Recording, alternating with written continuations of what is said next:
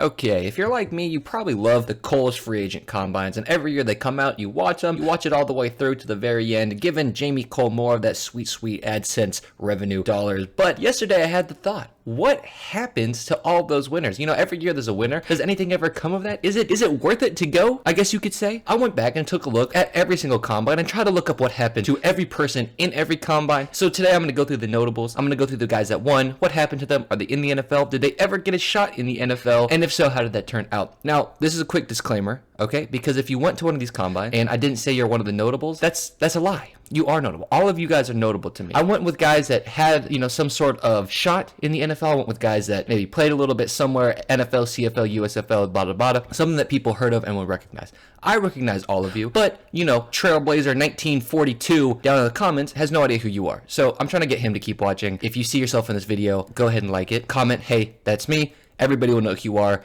I'll try to pin the first guy that notices themselves and tags themselves. But let's get into it. There's going to be a long one today, so buckle up. So the first ever recorded event was released in February 18th, 2015, and it introduced the generic structure of these combine events, which is everybody gets a couple warm-up punts, and then it starts the cutoff rounds. He's been a little inconsistent with the cutoffs. He started at 45, 4.5, which means you have to hit a 45-yard punt, 4.5 seconds of hang, and then moved up to, 48, so on and so forth. That was in 2015. By the time 2020 rolled around, or 2021, when I attended, it started at 44.0. So competition has changed a little bit. I don't think punters got worse. I think he's just trying to make it more exciting, more engaging, make sure more people make it on. But let's start off with the 2015 one. The notables from this event: Matt Darr participated. He was a 3-year veteran, rookie All-Pro, played for Tennessee. He was there. And then aside from that, this is the very first one, so I guess there wasn't too much going on. You had the winner, who was Andy Wilder, played at NAU. He was a free agent. He signed with the Buccaneers later that year, was cut, then ended up playing for the Awada Redbacks, for a little bit there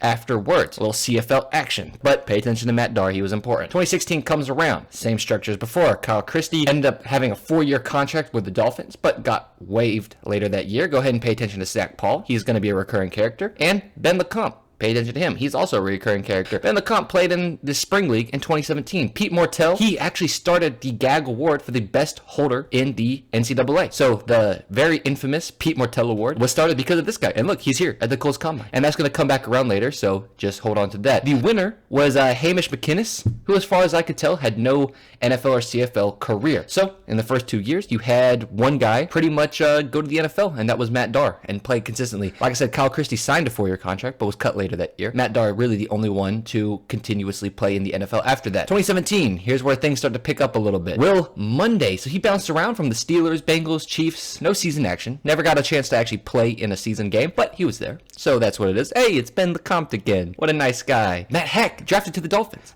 He actually replaced Matt Darr that same year. So Matt Darr went, played in 2016, got cut in 2017.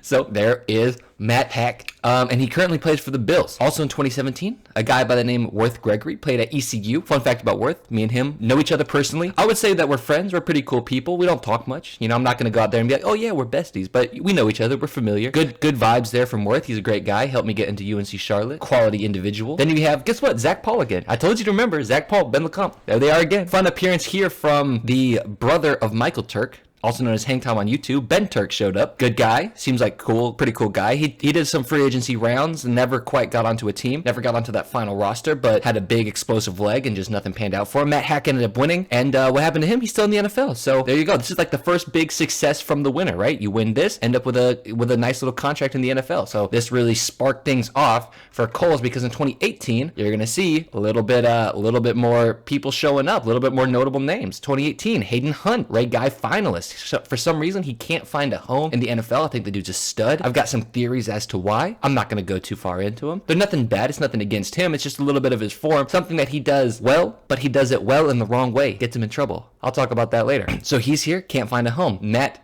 Darr back again. So he took 2 years off and showed back up after Matt Hack came into the Dolphins and got him cut. So that's funny. Zach Paul. Surprise, surprise. Guess who's back? Next, you have Ryan Santoso. Okay, he found his way into the league as a kicker instead of a punter, but apparently highly talented at both. He currently plays for the Jaguars. Colby Wadman. He was a Punt Factory product, so shout out to my man Aaron Perez. Trains me, Colby, Jake Bailey, and the Scottish Hammer. So Colby showed up to this one, played for the Broncos for 2 years, and he's now in the USFL. Pretty cool right there, too. I always pronounce his name Corey Vedvik. Apparently, it's Corey Vedvik. So he played for the Vikings and now is currently a free agent. The winner of that one was Ryan Santoso. He won off a very, very big punt. Dude has an insanely huge leg, but he's also humongous. He's like 6'6", 250. He has to look at the ball to make it go 65 yards. There you go. So that's 2018. You can see, the talent level right there really starting to pick up. A lot more notables. Lot more notables. 2019 rolls around. You've got Tyler Newsome, stud out of Notre Dame. Probably the biggest leg of our generation, right? I think he's just waiting for a spot to open up, waiting for that right place, right time. Keeps getting tryouts with teams that maybe aren't particularly looking for a punter. It's unfortunate, but it is what it is. Stephen Flintoff currently plays for the BC Lions. Talented punter and kicker. Once again, talent level is going up. You have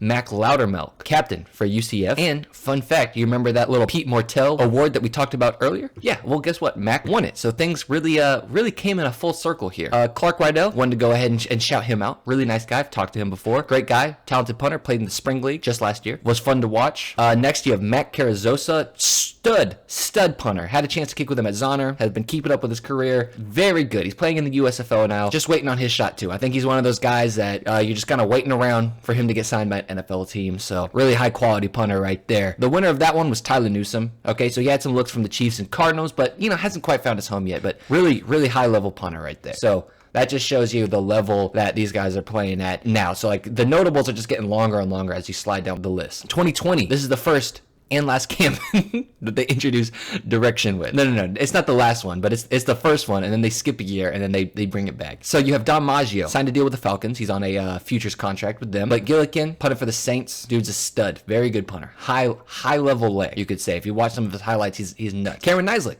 also played with the Falcons. He had mixed results, hence bringing in Don Maggio and Thomas Morstead and one of the Colquitt brothers, whose name escapes me right now. But Cameron Nislik did have some opportunities. He also has a very good kickoff leg, and he's a great field goal kicker. So he's a true combo guy. Should honestly take some time to go into the CFL. They look for stuff like that. I think he could have a very illustrious career. The NFL just is not particularly looking for true combo guys. They want you to be a little bit more specific. He also had Brandon Wright. He played with the Rams and the Jaguars and is now in the USFL. I think Brandon Wright has a very talented leg, very high ceiling. I think a lot of guys in here you're going to see are really getting some opportunities. So this is what really started spurring it. Hayden Hunt came back again. Hayden Hunt, insanely good punter. I'll say it once, I'll say it again. I think he's just waiting on his home. I'll tell you guys a little secret as to why I don't think he's got an opportunity yet. He catches the ball out in front of him, but he likes his drop table close to him. That's a good, the drop table being close to you is great. The way that he moves his arm, or he catches it out in front of him and then pulls his drop back in, looks clunky. It looks weird. I think that puts NFL guys off from him. I don't know how it affects him as far as his miss hits. It looks really solid. I mean, the way he punts looks really solid. It looks like he doesn't hit a lot of misses. So, and his miss hits are really high quality. I genuinely think that's the reason why, unless I'm missing something behind the seams. But dude's a stud. James Mackey was also there. Really good guy. Played with him at A&T. So me and Mackey were the two backup punters at A&T behind Steven Sawicki, and we had a blast. Me and him just would go back and forth. Mackey has a huge leg, so it was really fun to watch him there. Cameron Nislik ended up winning. Played with the Falcons. Had mixed results. Ended up getting cut. Currently looking for an opportunity again. Okay, 2021. The most notable guy in the 2021 class was definitely me, baby. Let's go. Isaac Punts was there.